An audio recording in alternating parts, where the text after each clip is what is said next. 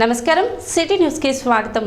స్థానిక happy Hospital నందు శుక్రవారం గర్భాశయ క్యాన్సర్ పై అవగాహన సదస్సు నిర్వహించారు। డాక్టర్ పావని ప్రియాంక గర్భాశయ క్యాన్సర్ గురించి అవగాహన కల్పించి తీసుకోవాల్సిన జాగ్రత్తలు వివరించారు। 100కి 20 మంది వివాహిత మహిళలు ఈ క్యాన్సర్ బారిన పడుతున్నట్లు ఒక సర్వేలో తేలినట్లు వెల్లడించారు। హ్యాపీ హాస్పిటల్ నందు ప్రతి శుక్రవారం క్యాన్సర్ అవగాహన సదస్సు నిర్వహించి 3000 రూపాయల విలువ గల క్యాన్సర్ నిర్ధారణ పరీక్షలు ఉచితంగా చేయడం జరుగుతుందని డాక్టర్ పావని ప్రియాంక తెలిపారు। ఈ అవకాశాన్ని వివాహిత మహిళలు వినియోగించుకోవాలని కోరారు। తొలుత Happy Hospital Red Cross Society Tenali సంయుక్త ఆధ్వర్యంలో హ్యాపీ హాస్పిటల్ నందు క్యాన్సర్ నిర్ధారణ పరీక్షల కేంద్రాన్ని ప్రారంభించారు। తెనాలి హ్యాపీ హాస్పిటల్లో pap smear test free of cost చేయడం జరుగుతుంది। యాక్చువల్గా ప్యాప్ స్మియర్ అనేది గర్భసంచి క్యాన్సర్ని నిరోధించడానికి లేదా గుర్తించడానికి చేసే ముఖ్యమైన పరీక్ష। పెళ్ళైన ప్రతి ఆడవాళ్ళు ప్రతి సంవత్సరము టెస్ట్ ఇది కంపల్సరీ చేయించుకోవాలి। ఎందుకంటే గర్భసంచి క్యాన్సర్ కేసెస్ ఒకప్పుడు 100లో ఒకళ్ళకు ఉండేది మహా అయితే, ఇప్పుడు 100లో 25 నుంచి 26 మందికి మనం కేసెస్ డిటెక్ట్ చేస్తున్నాం। 50% of the cancers are caused by HPV virus అంటే ఒక హ్యూమన్ పాపిలోమా వైరస్ అనేసి ఒక వైరస్ కారణంగా ఈ గర్భసంచి క్యాన్సర్ అనేది ఎక్కువ మందిలో మనం ఎఫెక్ట్ అవ్వడం చూస్తున్నాం। ఈ హెచ్పివి వైరస్ అనేది గర్భసంచి క్యాన్సరే కాకుండా పేగు క్యాన్సరు, రెక్టల్ క్యాన్సరు, ఇంకా కొన్ని రకాలమైన స్కిన్ క్యాన్సర్స్, ఇంకా కొన్ని మీసోనియం అనే ఒక టిష్యూలో ఉన్న క్యాన్సర్స్కి ఎక్కువ కారణం అవుతుంది ఈ హెచ్పివి వైరస్। ఈ హెచ్పివి వైరస్కి వ్యాక్సిన్ అనేది అవైలబుల్గా ఉంటుంది। ఇది నిరోధించగలిగిన cancer. 50% of the cancers can be avoided by taking this vaccine. అంటే ఈ టీకా వేసుకోవడం వలన 50% క్యాన్సర్ని మనం అరికట్టవచ్చు। కార్యక్రమంలో భానుమతి, డాక్టర్ హరిణి, జయశ్రీ, నాలం శ్రీమన్నారాయణమూర్తి తదితరులు పాల్గొన్నారు। హ్యాపీ హాస్పిటల్లో ఫ్రీగా క్యాన్సర్ టెస్ట్ చేయడం చాలా సంతోషకరమైన విషయం। ఈ కార్యక్రమమే కాదు, ప్రతి సేవా కార్యక్రమంలో మాకు తోడుంటూ మరి తన సొంత ఖర్చుతో చాలా పెద్ద పెద్ద ప్రోగ్రాం చేస్తున్నాము। మరి నిరుడు మేము మా ఆధ్వర్యంలో 120 హెల్త్ క్యాంపులు చేయడం జరిగింది। అది మొత్తం మరి స్టేట్ అంతా కూడా మరి పాటడం జరిగింది। మా రెడ్ క్రాస్ తరఫున మరి డాక్టర్ గారు మాకు సహాయ సహకారాలు అందిస్తూ మమ్మల్ని నిద్రబానియకుండా ఇండియన్ రెడ్ క్రాస్ తరఫున మంచి కార్యక్రమాలు చేయడానికి చాలా సంతోషపడుతున్నాము। మరి ముఖ్యంగా ఈ క్యాన్సర్ అవగాహన అనే దానికి ప్రతి ఒక్క పెళ్ళైన అమ్మాయి వచ్చి ఫ్రీగా కనుక వచ్చి చూపించుకొని మరి ఎలాంటి ఇబ్బంది లేదు అని తెలుసుకొని ఉంటే చాలా బాగుంటుంది। దీన్ని అందరూ ఉపయోగించుకోవాలని కోరుకుంటూ అంగల్కుదురు గ్రామంలో టీడీపీ పార్లమెంట్ నాయకులు పెమసాని చంద్రశేఖర్, ఎమ్మెల్యే అభ్యర్థి నాదెండ్ల మనోహర్ కు ఘన స్వాగతం లభించింది। ఎన్నికల ప్రచారంలో భాగంగా తెనాలి నియోజకవర్గంలో పర్యటనగా వస్తున్న వారిని అంగల్కుదురు ప్రారంభంలో టీడీపీ జనసేన పార్టీ శ్రేణులతో కలిసి గజమాలను వేసి సత్కరించి శుభాకాంక్షలు తెలిపారు। గ్రామంలోని ఎన్టీఆర్ కాంస్య విగ్రహానికి పెమసాని చంద్రశేఖర్, నాదెండ్ల మనోహర్ పూలమాలలు వేసి నివాళులు అర్పించారు। అనంతరం ఎన్నికల ప్రచార రథం నుండి గ్రామంలోని ప్రజలకు అభివాదం చేస్తూ ముందుకు సాగారు। గ్రామ ప్రజలు ఎక్కడికక్కడ పూలు చల్లుతూ దిష్టి తీస్తూ ఘన స్వాగతం పలికారు। అనంతరం ఏర్పాటు చేసిన సభలో పెమసాని చంద్రశేఖర్, నాదెండ్ల మనోహర్లు మాట్లాడుతూ టీడీపీ జనసేనకు ప్రజలు బ్రహ్మరథం పడుతుంటే వైసీపీ ప్రభుత్వానికి గుండెల్లో లావ ప్రవహిస్తుందని, వైసీపీ ప్రభుత్వం అధికారంలోకి వచ్చి రాష్ట్రాన్ని సర్వనాశనం చేసిందని, వైసీపీ మళ్ళీ అధికారంలోకి రాకుండా భూమిలో పాతి పెట్టాలని, రాష్ట్రంలో కులాలను రెచ్చగొట్టే రాజకీయం చేస్తుందని, ఎక్కడ సహజ వనరులు ఉంటే అక్కడ వాలిపోయి అడ్డగోలు దోపిడీకి తెరలేపుతుందని, జగన్ మోసపూరిత మాటలు నమ్మి పాపమని ప్రజలు 151 సీట్లు కట్టబెడితే అదే ప్రజల్ని నానా రకాలుగా ఇబ్బందులకు గురి చేస్తూ భయభ్రాంతులతో రాష్ట్రంలో బతకలేని పరిస్థితులను కల్పించారని, ఇప్పటికైనా ప్రజలందరూ మేల్కొని వైసీపీ ప్రభుత్వానికి తగిన బుద్ధి చెప్పాలని, చంద్రబాబు నాయుడు, పవన్ కళ్యాణ్ ఆధ్వర్యంలో రానున్న రోజుల్లో అధికారంలోకి వచ్చి రాష్ట్రాన్ని సంక్షేమం, అభివృద్ధితో ముందుకు తీసుకువెళ్తారని, రానున్న ఎన్నికల్లో ఘన విజయం సాధించడానికి పార్టీ శ్రేణులందరూ కలిసికట్టుగా ముందుకు సాగాలని పిలుపునిచ్చారు। కార్యక్రమంలో జనసేన, టీడీపీ నాయకులు, కార్యకర్తలు, ప్రజలు పెద్ద సంఖ్యలో పాల్గొన్నారు।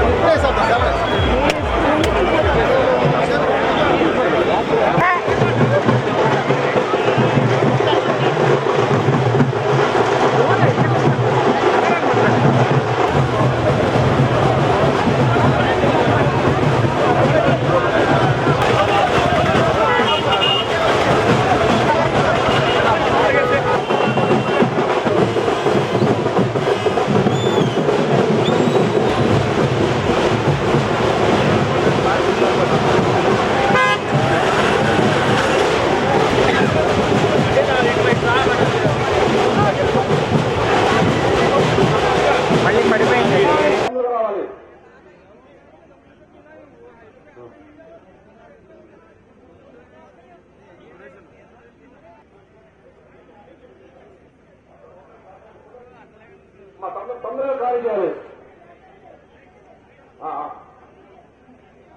మళ్ళీ మన నాయకులు మనకి ఈరోజు మహేష్ తొందర రావాలి. అప్పుడు రావాలి, రండి తొందర రండి. మళ్ళీ టైం లేదు, మీటింగ్ స్టార్ట్ అవుతుంది, తొందర రావాలి. అలాగే ఇంజనీర్ సాంబశివరావు, కనగాల సాంబశివరావు.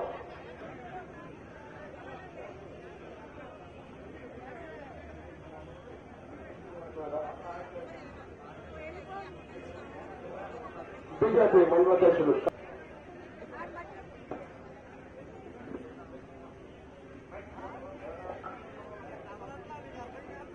ఈరోజు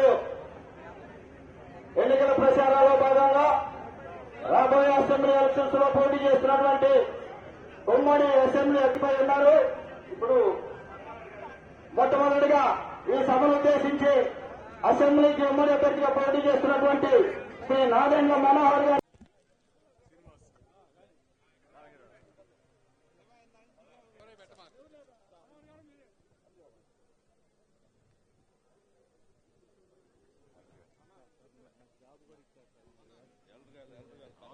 అంగల్కుదురు గ్రామంలో ఎంతో చరిత్ర కలిగిన ప్రాంతం. ఎంతోమంది ఈ ప్రాంతానికి కష్టపడి పనిచేసి ఒక మంచి పేరు తీసుకురావాలి, మంచి అభివృద్ధి కార్యక్రమాలు చేయాలనే తపనతోటి ఎంతోమంది పెద్దలు ఇక్కడ ఎదిగారు. ఒక ఆలోచన, ఒక విధానం, మనందరం కూడా ఒక పద్ధతి ప్రకారంగా పనిచేసుకుంటేనే మన గ్రామాన్ని మనం అభివృద్ధి చేసుకోగలుగుతాం.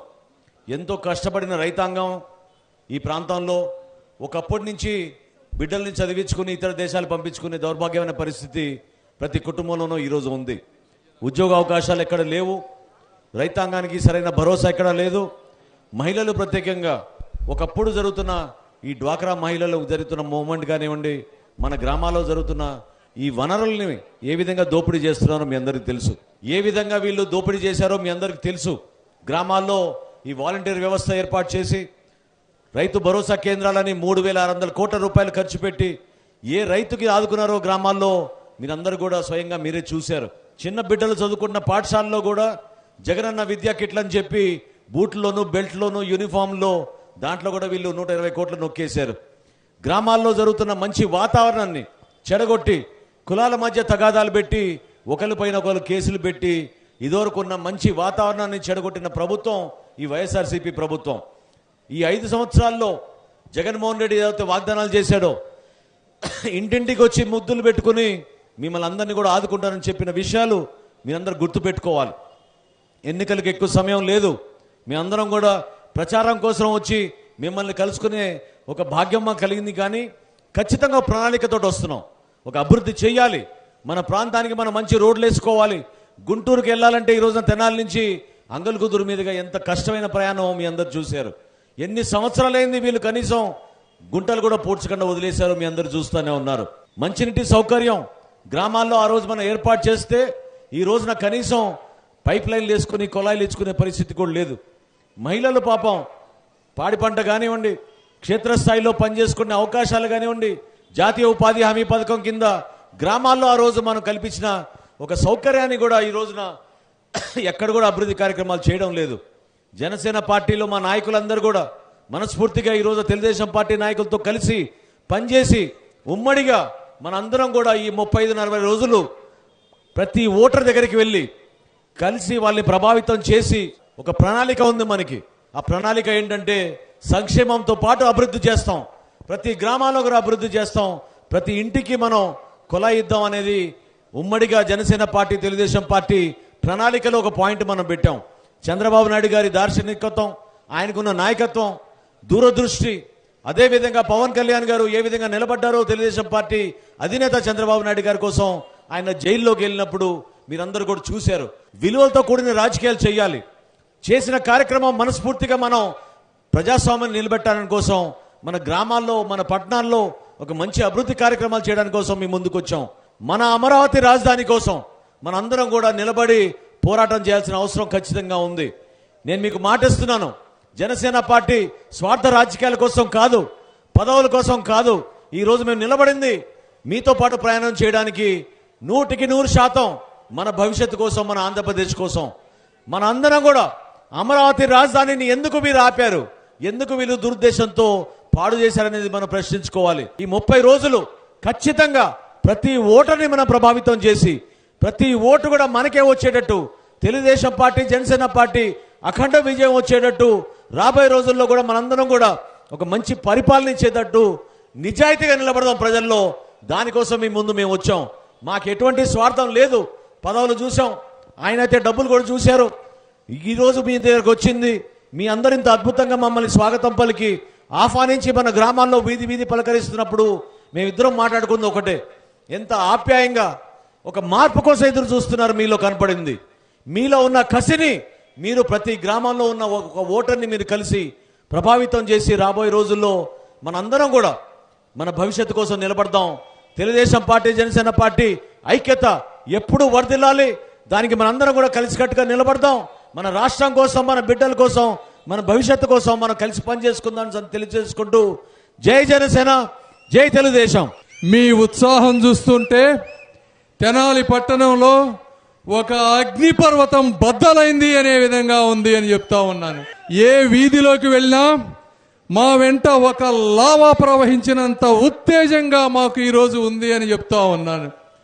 2019లో జగన్మోహన్ రెడ్డి గారిని, అదేవిధంగా ఇక్కడ ఉన్నటువంటి వైసీపీ ఎమ్మెల్యేని ఇద్దరిని 10 సంవత్సరాలుగా తిరుగుతూ ఉంటే వారు ఇచ్చిన హామీలని మడమ తిప్పను అని ఆ రోజు చెప్తే నిజం అనుకొని ఆ రోజు ఓటు వేశారు. ఆయన ఏం చెప్పారు జగన్మోహన్ రెడ్డి గారు, నేను చేసే పరిపాలన 30 సంవత్సరాలు గుర్తు ఉంటుంది, నా ఫోటో ప్రతి వారి ఇంట్లో ఉండే విధంగా నేను పరిపాలన చేస్తారు అన్నారు.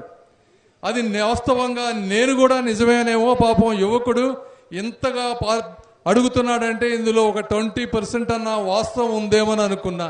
అయ్యా జగన్మోహన్ రెడ్డి గారు, 30 ఏళ్ళేమో కానీ 3 ఏళ్లకే అందరికీ నరకం చూపించావయ్యా అని చెప్తా ఉన్నా. నీ ఫోటో పెట్టుకోవటమేమో కానీ ఈరోజు మీ పేరు చెప్తే, మీ ప్రభుత్వం పేరు చెప్తే ప్రజలు అసహించుకునే విధంగా మీరు 3 నుంచి 4 ఏళ్లలోనే తయారయ్యారు అని చెప్తా ఉన్నా. మీ వల్ల ఏ వర్గానికి న్యాయం జరిగింది అని నేను అడుగుతా ఉన్నా. పిల్లలు చూస్తే ఈరోజు గంజాయి, గుంటూరు ఈస్ట్ లో మీ ఎమ్మెల్యే గంజాయి అమ్ముతా ఉంటే మీరు అడ్డుకున్నది లేదు. మీకు తెలియదా అక్కడ గంజాయి జరుగుతుందని? గంజాయి ఎక్కడి నుంచి వస్తుంది? మాకు వచ్చిన అధికారం వచ్చిన 3 నెలల్లో గంజాయి అమ్మేవాడి 3 నెలల్లో గంజాయి అమ్మే వాళ్ళ చేత గుంజీలు తీపిస్తాము జైల్లో అని చెప్తా ఉన్నాను నేను.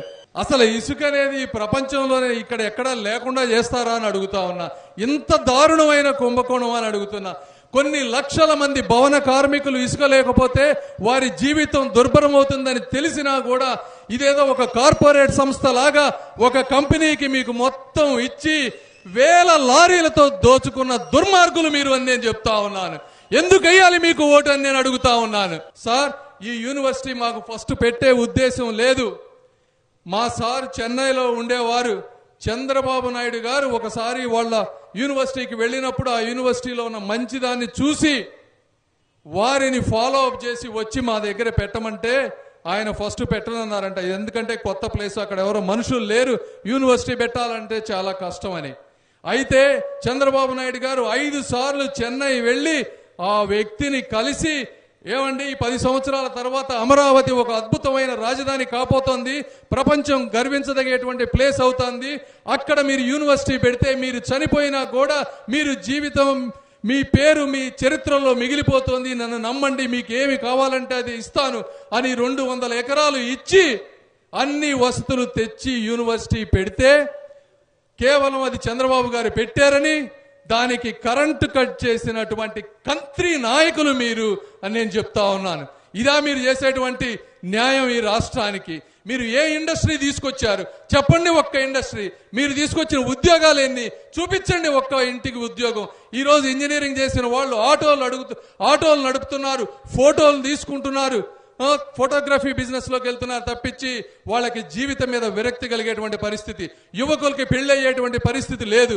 రోడ్లు చూస్తే గుంతలు, ఆ రోడ్డు మీద బైక్ మీద వెళ్ళిన వాడు ఇంటికి తిరిగి వస్తాడో లేదో తెలియని పరిస్థితి, ఆ గుంతల్లో పడితే తలపగిలి చచ్చిపోతే ఎవడు దానికి బాధ్యుడు అని నేను అడుగుతా ఉన్నాను ఈ రోజున.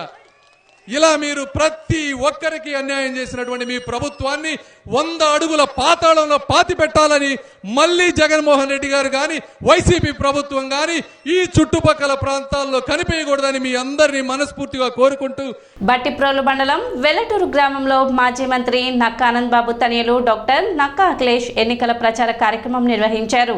గ్రామంలోని ఇంటింటికి తిరిగి ప్రజల సమస్యలు తెలుసుకొని బాబు సూపర్ 6 కరపత్రం అందజేసి ప్రజలకు వివరించి వారికి అవగాహన కల్పించారు.